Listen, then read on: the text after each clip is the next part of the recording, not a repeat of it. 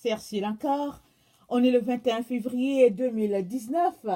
Alors, je viens sonner la trompette ce matin encore et je viens vraiment nous encourager à vivre pleinement la liberté que Christ a acquis pour nous. Parce que la Bible dit que c'est pour la liberté que Christ nous a affranchis. Alors, si à quelque part nous sommes encore liés, il y a un problème, n'est-ce pas? Et quand on prend ce verset, on se rend compte que c'est un fait. C'est quelque chose que Jésus-Christ a acquis pour toi et moi. Alors si nous nous rendons à quelque part que nous ne sommes pas totalement libres ou bien que nous ne vivons pas pleinement la liberté que la Bible dit que Jésus-Christ nous a donnée, alors il faut qu'on s'arrête et il faut qu'on se pose des questions. Et c'est important de se poser des questions. Mais très souvent, les enfants de Dieu ne se posent pas des questions. Et c'est quand tu te poses des questions que tu auras une réponse. Quand tu te poses une question, tu vas te mettre à chercher vraiment la réponse à cette question-là. Et chemin faisant, tu réaliseras peut-être la raison pour laquelle tu es comme ci ou comme cela. Alors aujourd'hui, je viens vraiment t'encourager à être pleinement libéré de tous ces obstacles-là sur ton chemin. Alors, est-ce que c'est possible? Oui, c'est possible. Parce que le verset dit, c'est pour la liberté que Christ a affranchi. Alors, c'est pour que tu sois libre. Alors, ça veut dire qu'il y a possibilité pour toi et moi à chaque jour de vivre pleinement la liberté de Jésus-Christ. Alors, je viens nous encourager à profiter pleinement de cela. Parce que Jésus-Christ vient chercher une épouse sans tache, ni ride, ni rien de semblable. Nous ne pouvons donc pas attendre Jésus-Christ ou bien prétendre que nous ferons partie de ceux-là qui seront enlevés si nous sommes encore pleins dans nos liens. Alors que le Seigneur vraiment nous aide à voir cet aspect-là dans notre vie et qu'il nous aide à travailler pleinement de manière à être complètement libérés. Amen. Donc aujourd'hui, je viens parler de un chrétien peut-il être possédé? Alors, vous savez, on entend souvent, au fait, c'est un débat dans le milieu chrétien. Et puis, quand on lit les évangiles, on voit souvent comment Jésus-Christ délivrait des personnes remplies des esprits mauvais, des esprits méchants. Et puis, même souvent, l'esprit se manifestait en présence de Jésus. Parce que Jésus, vous savez, c'est la lumière. Jésus, c'est la présence de Dieu, c'est Dieu lui-même. Alors, il n'y a aucun esprit qui tenait devant Jésus.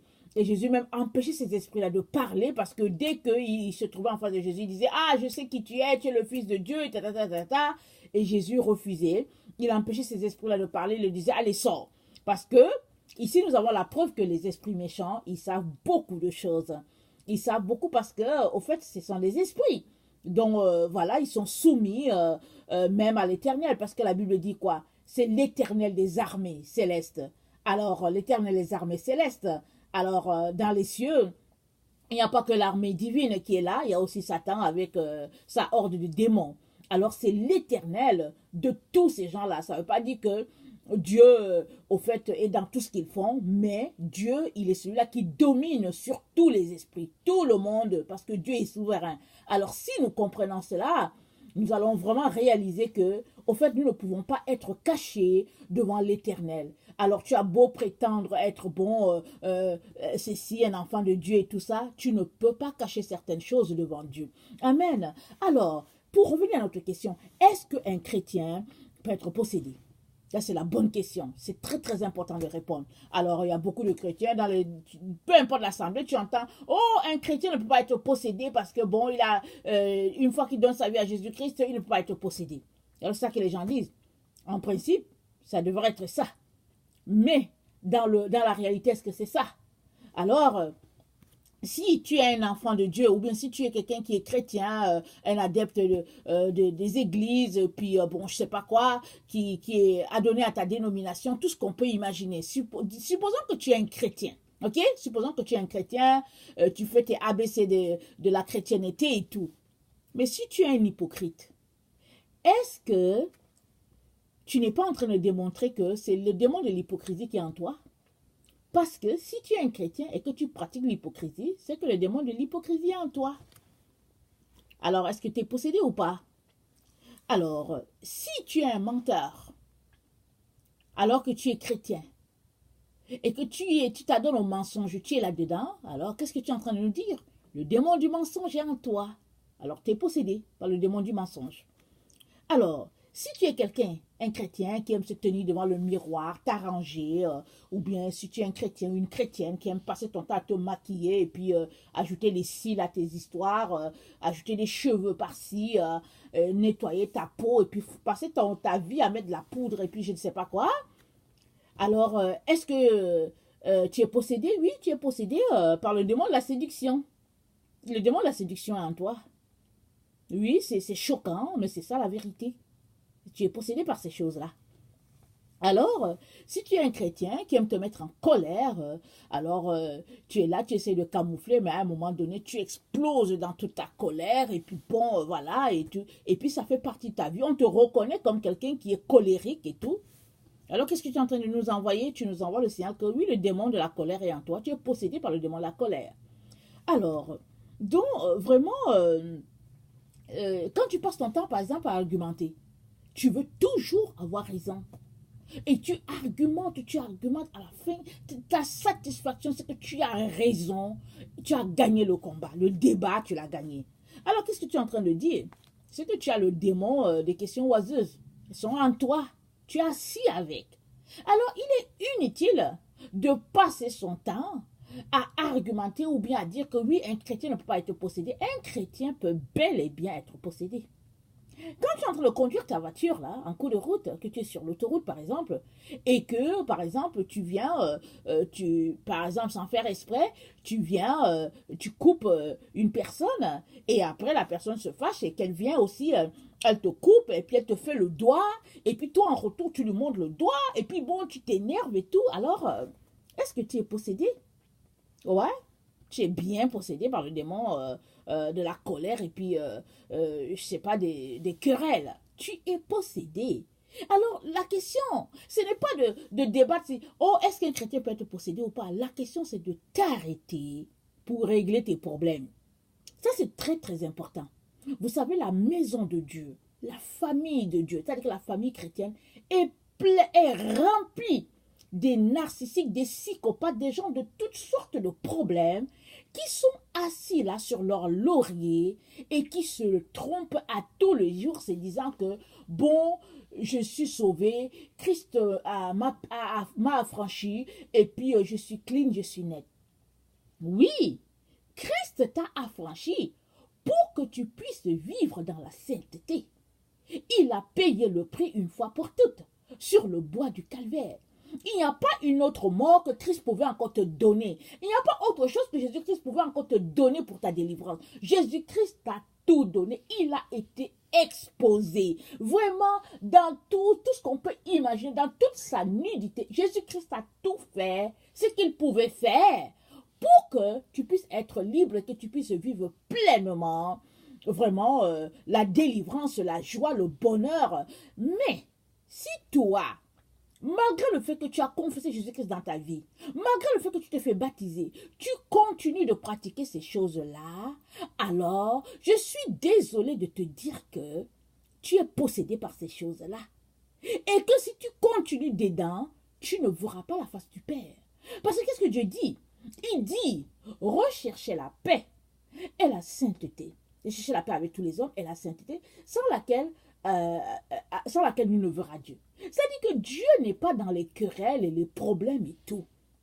Alors, si vraiment on se réclame de lui et que on l'aime dans notre cœur, alors il est donc important que nous fassions tous nos efforts pour que ces choses-là ne demeurent pas agrippées à nous. Et il nous revient en tant qu'enfant de Dieu de faire notre part. Parce que Christ a fait sa part. Alors arrêtons de nous leurrer, de nous tromper en se disant que, ok, je suis chrétien et on pratique de la religiosité. Alors c'est ça qui se passe souvent.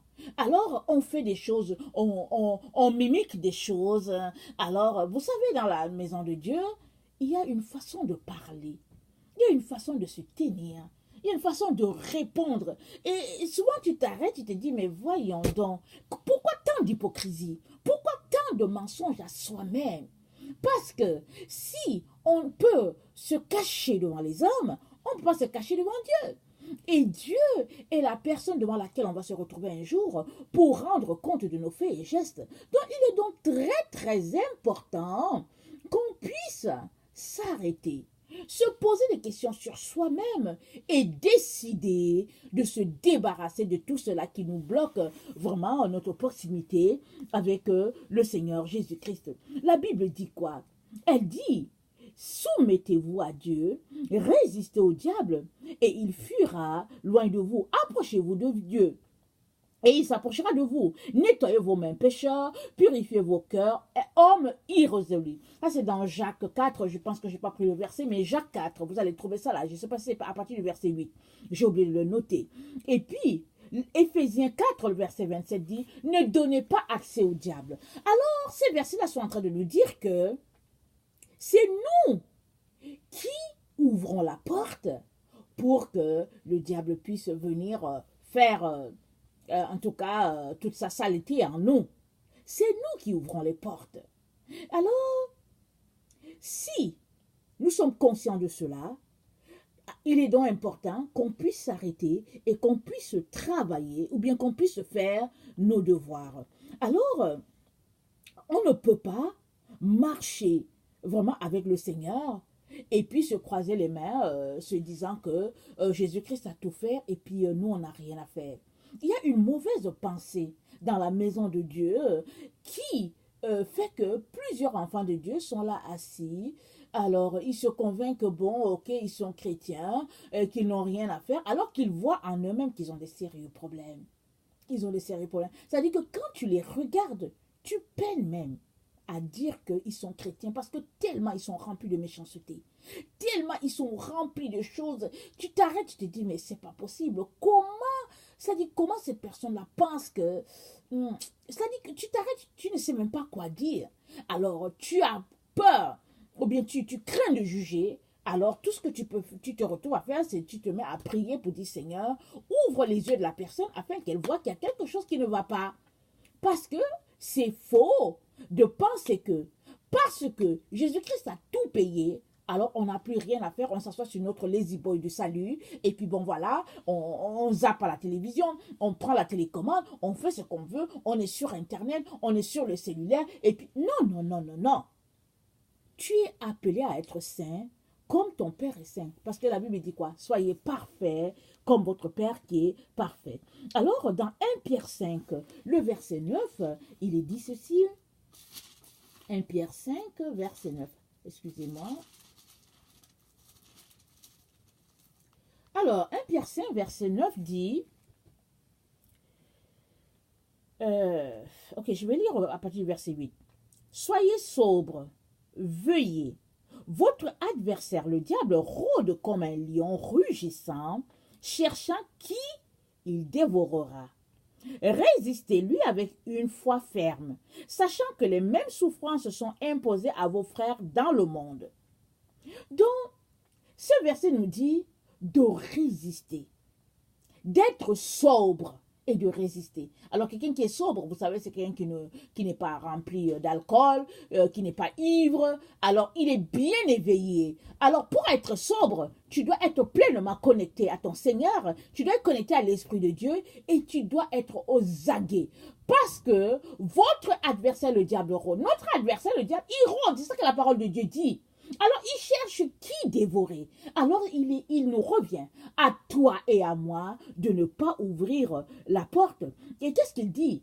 Parce que il dit, au verset 9, il dit, résistez-lui avec une foi ferme, sachant que les mêmes souffrances sont imposées à vos frères dans le monde. Question me dit que le diable ne tente pas juste les chrétiens. Il tente tout le monde. Alors, ceux qui n'ont pas la lumière de Dieu, ils sont maintenus dans cela, ils ne savent pas comment s'en sortir, certains sont dans la dépression, certains prennent des comprimés, et puis etc. Mais toi qui es enfant de Dieu, toi qui confesses appartenir à Jésus-Christ, la Bible te dit, résiste au diable. Et si tu lui résistes, il fuira loin de toi. Il ne va pas venir te pénétrer, te posséder. Alors, c'est ça que la Bible est en train de nous dire. Alors, ça veut dire qu'il y a un travail journalier que toi et moi sommes appelés à faire. C'est vrai, la Bible nous dit que, alors entretenez-vous par des psaumes, des psaumes, pardon, des hymnes chantant à Dieu, un cantique, etc., etc. Mais il est important que quand tu finis de faire toutes ces choses-là, que dans ton quotidien, tu sois quelqu'un qui est aux aguets. C'est-à-dire que tu fais tout pour ne pas t'adonner à certaines choses. Par exemple, aujourd'hui, on sait qu'avec les réseaux sociaux, au fait, il y a une facilité, par exemple, de joindre quelqu'un qui est au Japon à la minute qui suit. Parce que c'est-à-dire qu'il y a cette facilité-là. Donc, il y a ces bons côtés-là. Mais le mauvais côté, c'est que ça peut te garder dans un lien et puis tu restes là-dedans et puis tu te convaincs de certaines choses qui sont fausses et tu restes dedans et puis finalement tu deviens esclave de l'ennemi. Alors, et puis tu traînes, tu peines à sortir de ces liens-là et au lieu d'affronter la vérité et puis de dire Seigneur viens à mon secours ou bien d'aller voir un frère et une soeur pour dire prie avec moi j'ai tel problème, alors on essaie de cacher ça, de camoufler ça. Pourquoi? Parce que je dis dans le milieu chrétien, quand quelqu'un vient confesser son péché, oh là là, ça devient vraiment l'erreur à ne pas faire. Alors l'autre prend le téléphone pour dire, ah tu sais quoi, voilà Ursule est venue me voir, et puis elle dit qu'elle a tel péché, et puis l'autre dit, ah tu sais quoi, et tout ça. Alors que quand on lit la Bible, et quand on regarde la vie des premiers chrétiens, leur vie c'était une vie de confession.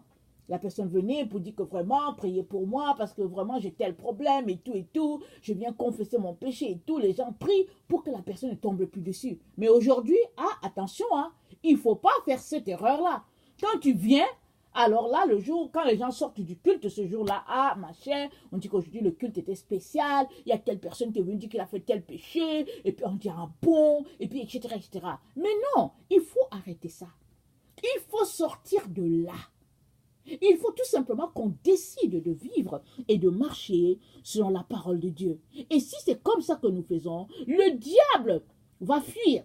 La Bible dit résistez au diable et il fuira loin de vous.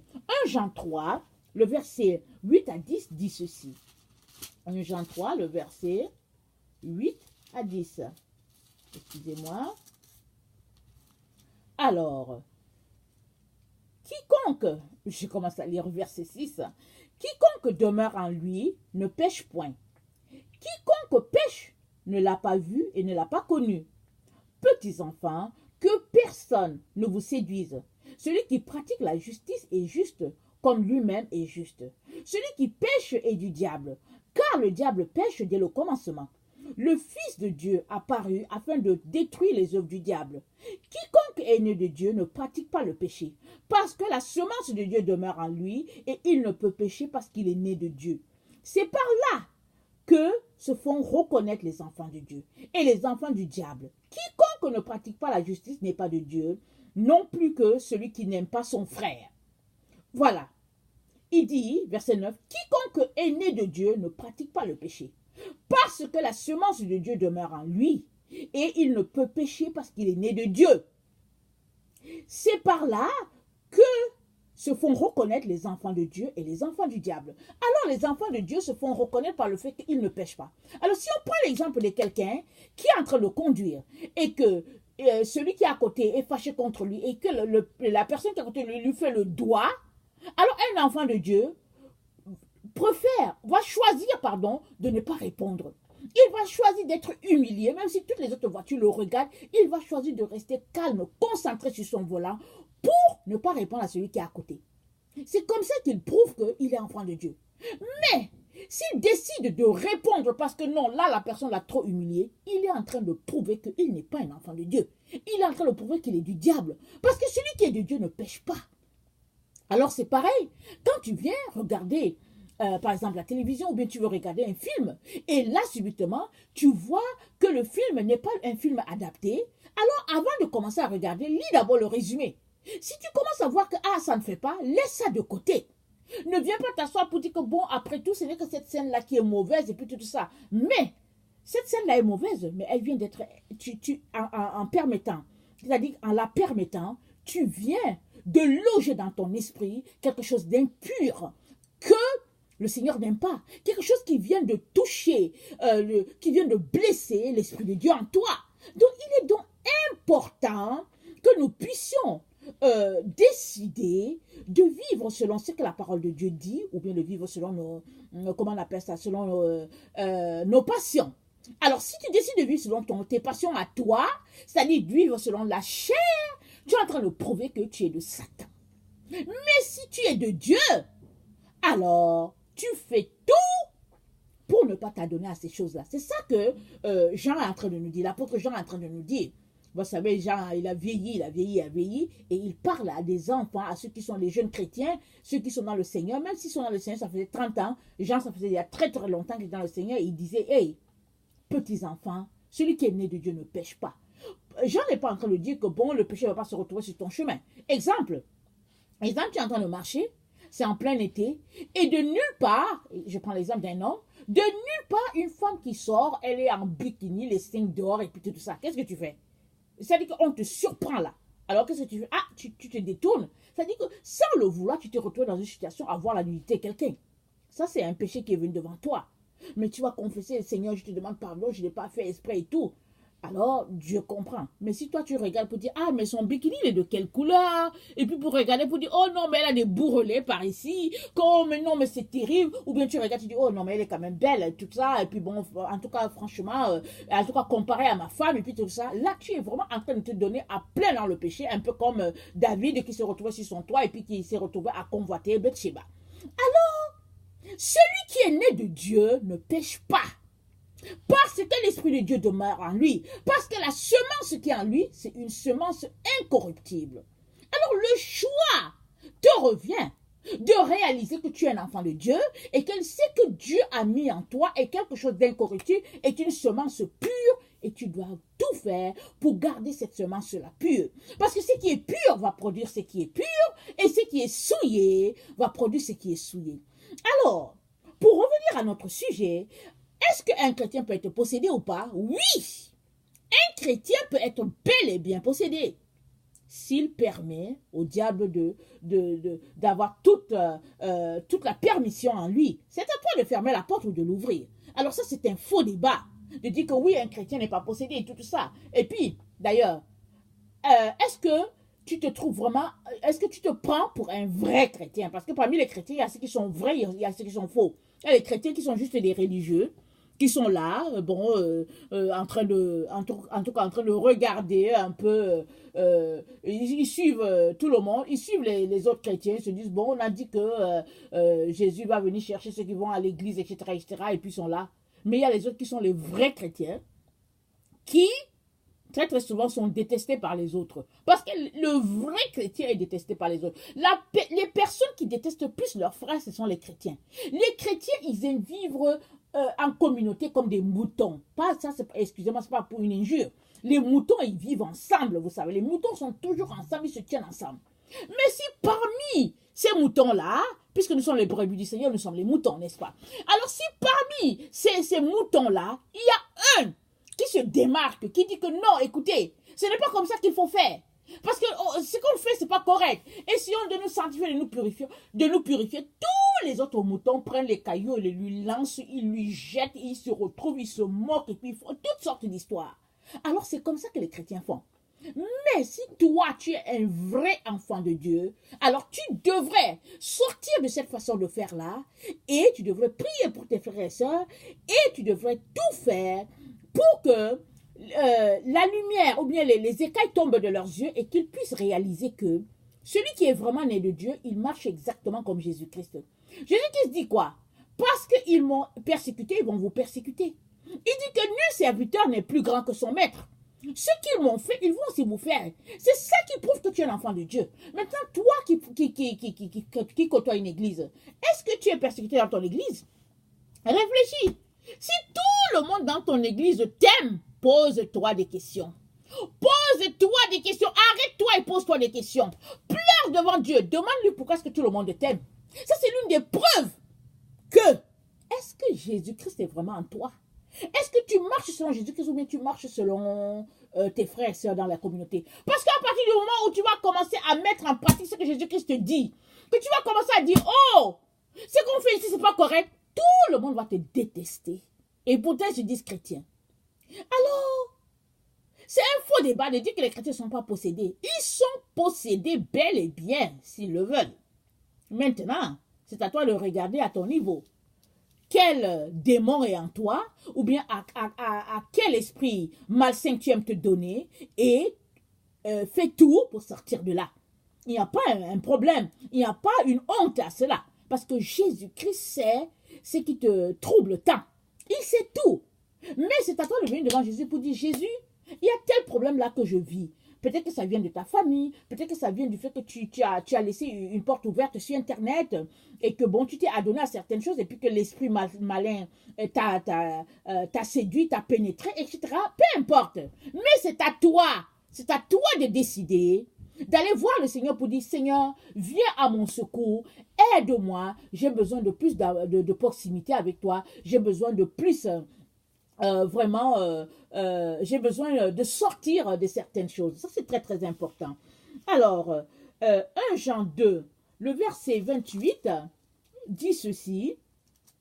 Est-ce que j'ai même le bon verset? Il ne faut pas que je dise quelque chose. 1 Jean 2. Est-ce que c'est 1 Jean 2? 1 Jean 2, 28. Ok, je l'ai. Ok? 1 Jean 2, 28, ça dit ceci. Et maintenant, petits enfants, demeurez en lui, afin que lorsqu'il paraîtra, nous ayons de l'assurance et qu'à son avènement, nous ne soyons pas confus et éloignés de lui. Si vous savez qu'il est juste, connaissez que quiconque pratique la justice est né de lui. Alors, afin que, quand il paraîtra, nous ne soyons pas confus et éloignés de lui. Pourquoi est-ce que Jean dit ça? Parce que nous devons tout faire pour pratiquer la justice et nous débarrasser de tout ce qui n'est pas de Dieu. Ne vous méprenez pas. Ne restez pas là avec vos démons en vous, croyant que quand Jésus-Christ va venir, il va vous prendre parce que vous donnez votre dîme, parce que vous allez à l'église, parce qu'après tout, vous êtes quand même un bon chrétien, entre guillemets. Non! Chacun doit se nettoyer. Chacun doit enlever sa saleté. Et ça, ça dit que ça doit être notre but à tous les jours en tant qu'enfant de Dieu. Si tu réalises que si Dieu te montre qu'il y a quelque chose qui ne va pas, arrête-toi et règle ce problème. Ne laisse pas la chose s'enraciner en toi et produire un arbre. Parce que toute semence produit quelque chose. Toute semence produit un arbre. Alors moi je prie que la semence qui est en toi soit une bonne semence afin qu'elle produise un arbre qui va donner des bons fruits. Mais si la semence qui est en toi est mauvaise, alors je suis désolée de te dire que l'arbre qui sortira de toi, ce sera un arbre qui donnera de mauvais fruits. Et alors, avec des mauvais fruits, alors Jésus va couper tout ça et puis il va jeter ça dans le feu. Alors, je viens vraiment nous encourager à nous assurer que la semence qui est en nous est une bonne semence, est une semence divine. Et c'est à nous de lui donner de l'eau à tous les jours pour que cette semence-là puisse croître et produire un arbre sous lequel plusieurs personnes vont venir non seulement avoir de l'ombre, mais aussi recevoir de ce fruit-là. Amen. Alors, vraiment que le Seigneur nous bénisse et qu'il nous donne de pouvoir prospérer dans cette voie-là. Alors, si toi tu es quelqu'un qui ne connaît pas le Seigneur Jésus-Christ, je viens te dire que Jésus-Christ est la seule personne qui sauve. Ce n'est pas Mahomet, ce n'est pas Bouddha ou Confucius, mais c'est Jésus-Christ de Nazareth. Celui-là que les gens ont dit être un prophète, mais au fait c'est le Fils de Dieu. C'est le seul pont entre Dieu et les hommes. Je viens donc nous encourager à lui donner toute notre vie et on ne regrettera jamais. Parce que Jésus-Christ, c'est la lumière du monde. C'est lui-là qui va nous connecter à l'éternité, vraiment dans la présence divine à toujours. Amen. Soyez bénis. Je vous aime beaucoup et Dieu davantage. Et demain, j'apporte la deuxième vidéo concernant si un chrétien peut être possédé ou pas. Alors voilà, soyez bénis. Amen.